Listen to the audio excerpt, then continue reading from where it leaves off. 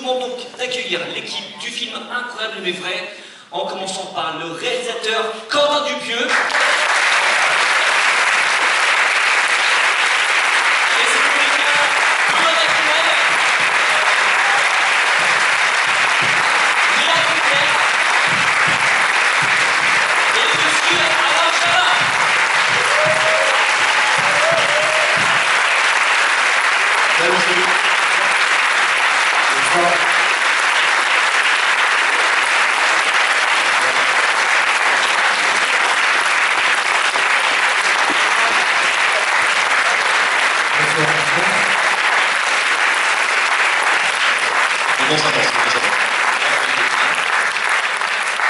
Bonsoir, merci infiniment d'être avec nous devant cette salle comble qui a l'air d'avoir été... C'est plutôt nous, merci. Non, c'est moi qui vous en prie.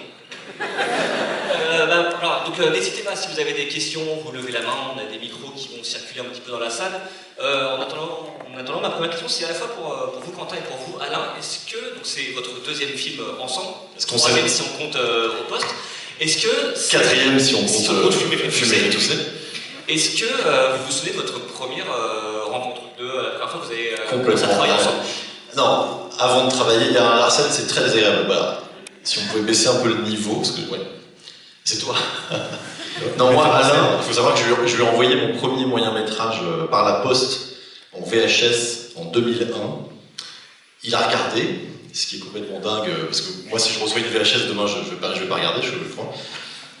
Et il m'a écrit, donc on s'est rencontrés. Là, il s'est passé un moment très drôle, c'est que je suis venu te rencontrer dans tes bureaux, t'as oublié forcément. Et on a pris l'ascenseur ensemble, mais tu savais pas que j'étais ton rendez-vous.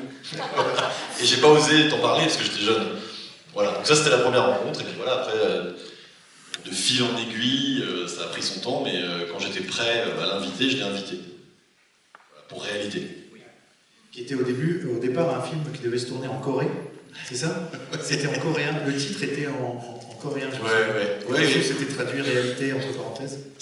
Toute la partie, pour ceux qui l'ont vu, vous êtes peut-être 12, la partie de la petite fille, ils sont tous là. La partie de la petite fille, c'était censé être en Corée. Je sais même pas pourquoi, me demandez pas, j'ai oublié, mais voilà. C'était une vieille version du film, et puis après, j'ai fait un truc plus concret. Est-ce que quelqu'un... Il y a 1000 questions. Une question ici. Le micro arrive. En attendant, j'ai une question pour vous, Benoît. Alors, sans trop pour dévoiler, parce qu'évidemment, il ne faut pas dire autre chose. Quand même. Pardon. Mais comment est-ce qu'on réagit quand on reçoit un scénario avec un tel personnage, avec une histoire pareille? J'ai bien réagi. J'étais plutôt serein devant l'effort. J'avais un objectif et je m'y suis consacré pleinement. Donc non, c'est d'abord une rencontre avec Quentin et voilà, puis après ça va tout seul. C'est pas effrayant. Et encore ça avance un petit peu dans l'ombre. T'es dans l'ombre, Benoît. Voilà. Merci. Voilà, ça change tout. Et oui, ils sont là. Ils sont vraiment là ce soir. On avait une question ici. Ouais, j'ai une question pour Quentin Dupieux. Du coup, j'aurais voulu savoir comment naissent vos idées pour ce film en général, parce que vous êtes très productif. Donc, connaître un peu votre processus pour l'écriture. Et ensuite, les fourmis qui sortent de la main, du coup, je pense que c'est un hommage à Buñuel et Dali, non? Oui, bravo, super, ouais. En fait, on me pose toujours cette question, c'est un peu bizarre de... Non, c'est ça, en fait, je ne sais pas. Après, c'est vrai que moi, je suis un peu dans l'écriture automatique. Il y a une phase comme ça où j'écris un peu, pas n'importe quoi, mais des idées comme ça qui tiennent pas la route. Et après, il y a un travail synthétique pour organiser des idées et que ça devienne un film. Parce qu'évidemment, si on mélange juste des idées comme ça qui tombent du ciel, ça fait pas un film, et ça peut faire des films très ennuyeux et un peu fermés. Donc voilà, il y a une première pêche aux idées dans l'inconscient, on va dire.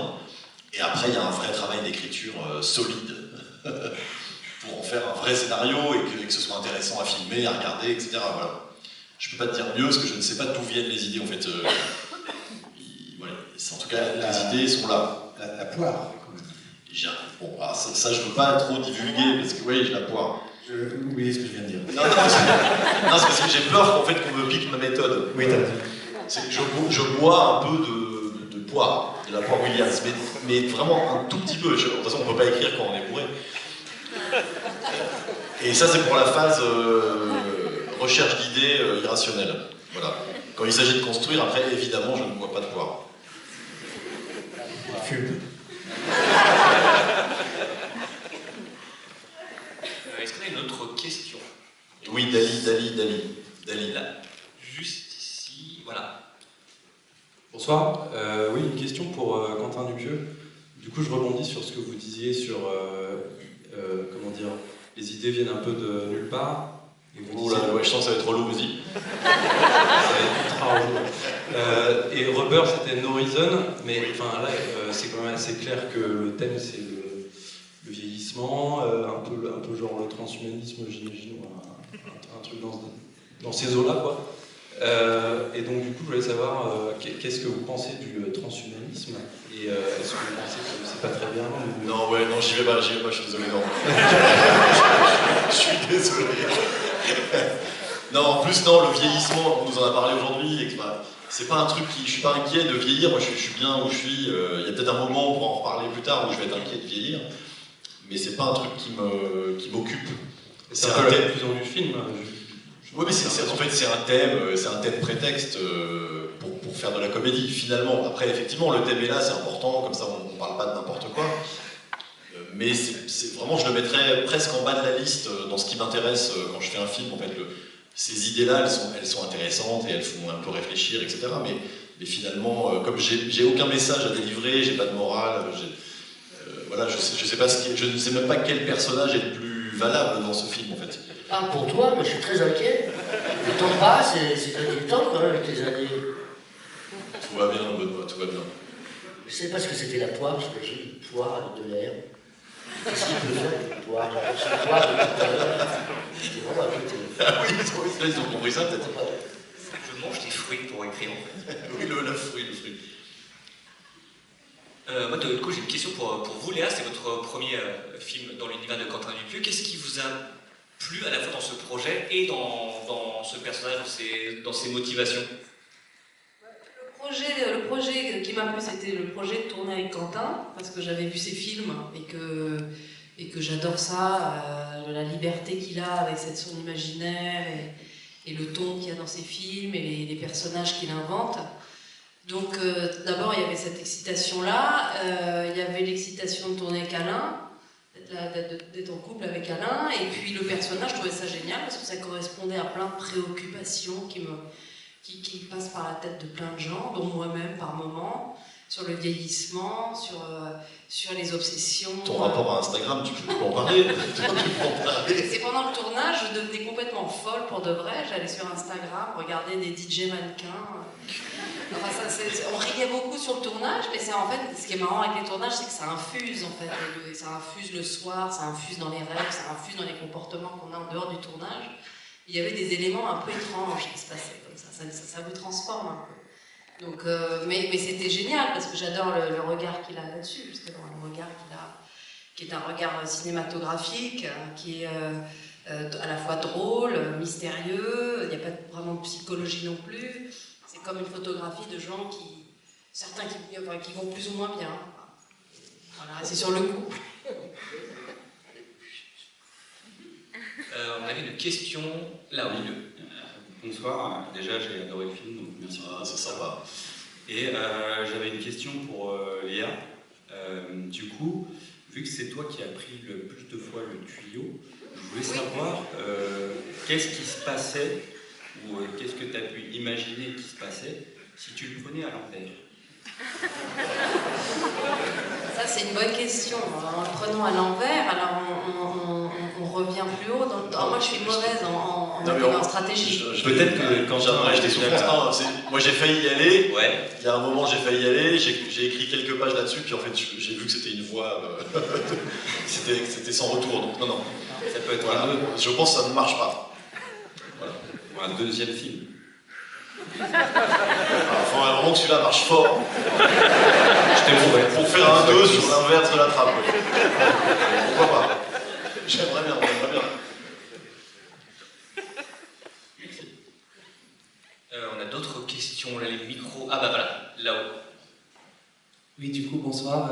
J'ai aussi adoré le film. Et j'avais une question pour Quentin.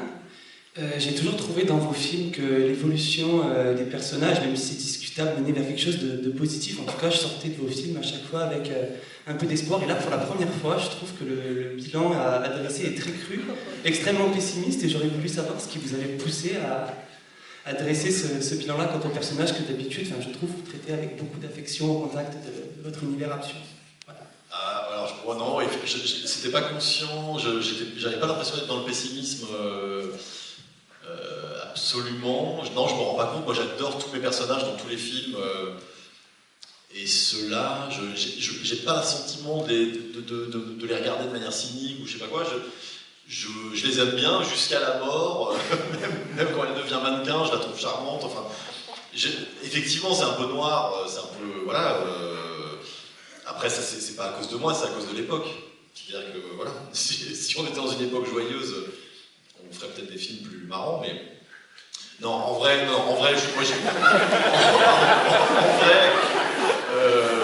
ce que j'ai envie qu'on retienne de ce film, c'est l'humour, enfin, c'est la légèreté. Après, effectivement, les personnages ont un destin affreux, mais ça, c'est à cause de la machine que j'ai créée. C'était inévitable, en fait, ça finit forcément mal, une histoire comme ça.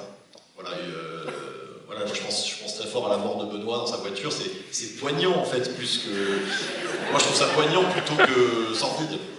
Oui, mais du coup, on se demande tous quand même, on doit poser cette question à Benoît, qu'est-ce que ça fait d'avoir une bite électrique? D'ailleurs, surtout bientôt, ça va sortir, ça va tourner à la fac, au banking, les plans sont en train d'être étudiés à la NASA. C'est extraordinaire. Pour le 2, c'est pour le 2. Ouais, j'ai foi en l'avenir. Je suis plutôt rassuré de ce point de vue-là, parce que j'ai 48 ans, j'y pense. Ça me concerne. Je suis concerné par mon personnage, je me concerne. Benoît, il est un peu resté dans le personnage. On a tourné il y a 2 ans. Juste la moustache. On a une question juste ici, et non, juste là d'abord. Bonsoir. Merci. Je voulais vous poser une question en fait. Au sein du film, on a quand même 2 intrigues, une autour du sexe en fait et une course en fait à la performance sexuelle sur l'homme, et de l'autre côté une course à la femme qui essaie de le rajeunir, etc. Est-ce qu'il y a une volonté de vouloir dénoncer en fait quelque chose en fait société, en fait une femme qui essaie de le rajeunir et qui replonge dans son hystérie d'adolescente à la fin après être devenue mannequin, et de l'autre côté un homme en fait qui finit par séduire femme sur femme et mourir dans sa voiture avec son pénis qui prend feu. Du coup, est-ce qu'il y a une volonté en fait de vouloir dénoncer peut-être un fonctionnement psychologique? C'est un super résumé en tout cas. On peut le garder, tu pourrais l'écrire en commentaire. Parce que... Pour le mettre sur le synopsis, hein, c'est ça. Ça me donne envie de revoir le film. Non, moi je dénonce rien, c'est-à-dire que qui suis-je pour dénoncer quoi que ce soit? En fait, je suis comme tout le monde, j'ai des défauts, j'ai des problèmes. Mais effectivement, j'ai déjà fait un film sur le narcissisme qui s'appelle Le Daim. Effectivement, cette époque où tout le monde se filme et essaye de se présenter tous les jours sous un jour extraordinaire, avec des beaux vêtements et des coiffures, ça me fait marrer en fait. Mais je trouve, enfin bon, j'ai un peu l'impression qu'on vit dans un film d'horreur, par moment, mais c'est pas si grave en fait. À côté de ça, tout va bien, il suffit de pas regarder ce téléphone. C'est qu'un film d'horreur. Oui, c'est ça. C'est qu'un film d'horreur et tout va bien se terminer, je pense. Voilà, non, je dénonce rien. Moi, ça m'amuse en fait tout ça. J'aimerais pas que ma fille devienne complètement givrée sur TikTok, par exemple. Ça me ferait du mal. Mais après, je ne juge personne en fait. C'est plus, je trouve qu'on vit un peu dans un film d'horreur et c'est marrant d'en faire des comédies.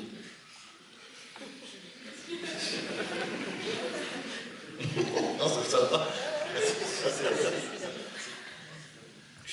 Bonsoir. Merci pour déjà ce super film. Moi, je me posais la question au niveau de l'écriture, quelle est la part d'improvisation dans les dialogues? Parce qu'on a l'impression qu'il y a des scènes où les dialogues, où les comédiens sont un peu libres, notamment la scène du dîner. Est-ce qu'il y a un peu d'impro? Est-ce que vos dialogues sont très écrits? Non, mais ça, c'est parce qu'ils sont très très bons. En fait, il n'y a absolument pas d'impro. En fait. Non, mais c'est tout le brio de ces comédiens, et il en manque une. C'est qu'en fait, ils vous font passer ce dîner comme un moment très naturel, alors que tout est écrit. Voilà, il y a peut-être des petits glissements et des changements de mots par-ci par-là, mais en fait, c'est quand même assez millimétré. Et voilà, la même scène avec des comédiens un peu médiocres, ce serait terrible en fait. Là, on y croit, et on a l'impression que c'est naturel. On pose souvent la question, ce type de question sur l'improvisation, parce qu'on a réellement l'impression que ça se passe. Voilà, moi, c'est un peu un guide. J'aime bien voir les comédiens quand ils sont vrais, en fait, plutôt que même si on fait une comédie, j'ai pas envie que tout le monde ait les sourcils en l'air tout le temps, et on n'appuie pas les répliques, etc. C'est vrai que c'est extrêmement écrit, c'est très minutieux, c'est très précis. Par exemple, les fins de phrases du genre bon ben vous voyez, ce genre de choses, on se dit tiens, je vais peut-être trouver quelque chose de mieux, je vais lui proposer. Mais ça, c'est extrêmement joué en fait, et dès qu'on essaie d'ajouter quelque chose, ben, ça déséquilibre l'ensemble. Donc non, on est plutôt gâté parce qu'on a une partition extrêmement précise et écrite, et non, on s'en va pas jouer. Cette scène du dîner, c'était un grand moment pour nous. Merci. Voilà, on a une autre question. Là-bas. Ouais, c'est concernant le personnage de Léa, quand elle est plus jeune, comment vous avez fait? Est-ce que c'est une autre actrice? Ou est-ce que c'est du morphine? Ou je sais pas quoi? Ouais, je l'ai eu beaucoup. D'après toi, pardon, je te tutoie, c'est... Bah, je pense que si c'est une autre actrice, elle serait citée. Oui. Voilà. Bien joué. Non, mais c'est vrai qu'on peut imaginer que c'est un effet incroyable, parce qu'elle se ressemble en fait, et que c'est assez crédible. Non, c'est une comédienne qu'on a trouvée qui est venue observer Léa plusieurs jours sur le plateau pour la singer en fait. Qui est venue, qui s'est inspirée de ses gestes, sa façon de descendre dans le conduit, tout ça, elle a regardé tout ça précisément, et elle s'est imprégnée de Léa, et voilà, c'est devenu ce double perturbant. Ok, merci. Est-ce qu'on a une autre question? En attendant que ça arrive, c'est vrai qu'on n'a pas parlé de votre personnage, Alain, qui peut-être est le personnage le plus, j'ai envie de dire, entre guillemets, normal de tout ce quatuor qui est complètement haut en couleur. Oui, ils ont tous des parcours assez chaotiques, et Alain, il reste assez monolithique, quoi. Enfin, il reste sur sa ligne de je comprends pas pourquoi vous vous énervez sur ce truc, quoi. Oui. Mais pour revenir sur c'est vrai, les dialogues, il y a pas, pour le coup, il y a, quand Quentin dit, il y a peut-être des moments où on a un peu dévié. En fait, je crois qu'on a zéro dévié. Non, j'ai pas le souvenir. Je pense que c'est vraiment le texte exactement comme il est écrit, quoi. C'est ça qui est vraiment très cool. Parce que moi, ça me faisait, et ça me fait hurler de rire à lire. Et j'espère que c'était marrant à voir. C'était très rigolo à jouer en tout cas. J'ai voulu rajouter quelques options, mais finalement il en a assez. Il a dit nul. Elle se marrait la salle ou pas, là, soyez sincères? Oui. On va arrêter là. Donc il y aura une suite, voilà, on est bien. On va arrêter la séance. Est-ce qu'on a d'autres questions? Je sais qu'on a quelqu'un ici, on a... Ah voilà, le micro là-bas, excusez-moi. C'est une question pour les trois acteurs. Est-ce que quand vous préparez le rôle, est-ce que vous allez chercher en vous des choses très personnelles ou simplement l'époque vous suffit? Dans ce rôle-là et ce film-là, qui pourrait très bien être une comédie où on se base uniquement sur le scénario, est-ce que vous êtes sensible? Enfin, est-ce que c'est plus une préparation personnelle ou c'est plus une connexion à l'époque?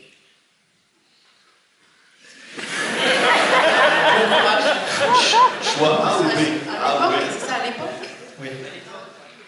Moi, j'ai l'impression que c'est plutôt une connexion personnelle, hein, je trouve. Moi, je me souviens d'être entrée dans l'histoire avec en y collant des choses un peu personnelles et intimes sur les obsessions, sur le fantasme de quelque chose qui est presque impossible, et sur le déraillement, quoi, quand on se décolle de la réalité, parce qu'on a besoin de... C'est comme ça que tu ouvres la porte, en fait, pour entrer dans une histoire un peu fantastique, un peu surnaturelle, mais c'est à partir de toi. Mais c'est pas toujours tout à fait conscient. Et c'est vrai qu'en même temps, pour faire marcher, je trouve, l'univers et pour faire marcher l'histoire, tu es quand même obligé de t'y engager de façon parfois même dramatique, tragique, à tel point que ce qui nous est hurlé de rire quand on lisait le scénario avec Alain, des fois on se dit mais c'est plus marrant là en fait. Et pour que ce soit marrant, je pense qu'il faut passer par le côté tragique de certaines situations. Oui, non mais pareil, sur le personnel. Non mais c'est vrai, c'est vraiment... je sais pas, je m'identifiais à ce perso, quoi. J'étais à fond premier degré dans la situation en me disant, je sais pas, ça me paraît crédible. J'ai l'impression que je pourrais être ce gars, quoi, et réagir comme ça, en train de dire, je peux comprendre les voyages dans le temps, j'ai lu des trucs, tout ça. Et le truc, j'achète pas, c'est pourquoi on est sur le toit. Enfin, je peux comprendre son bug. À ce moment-là, je suis à fond dans son bug. Comment dire. Je dirais que j'ai des tiroirs et il y avait un tiroir Gérard quelque part. J'ai ouvert ce tiroir, je dis tiens, il y a Gérard qui est là. Et on s'identifie en fait, c'est ça l'important, c'est qu'effectivement c'est tragique ce qu'il vit, c'est au premier degré qu'il faut le vivre et le jouer, mais c'est se l'approprier le plus possible. Voilà, on tire son personnage vers soi et on rentre dans ses problématiques. Et sa problématique devient la mienne. Et j'essaye de le transposer là-dedans. Voilà, exactement. S'il m'arrivait à un moment donné un sexe électronique, qu'est-ce que j'aimerais avoir un côté télescopique, rotatif, plusieurs vitesses. Et j'essaie de m'interroger sur ce qui me manque en fait là-dedans. C'est quoi le problème que j'ai là pour le moment? C'est ça. Il y a une frustration, il n'est pas assez sûr de lui. C'est un type qui est un peu comme ça, on pourrait avoir désagréable, mais finalement je m'accroche à l'amitié qu'il a pour Alain. C'est quelque chose de fondamental, cette amitié, son regard à lui. Vous voyez, c'est tout prendre et faire cause sienne, tout simplement. Voilà. Donc c'est pas l'époque.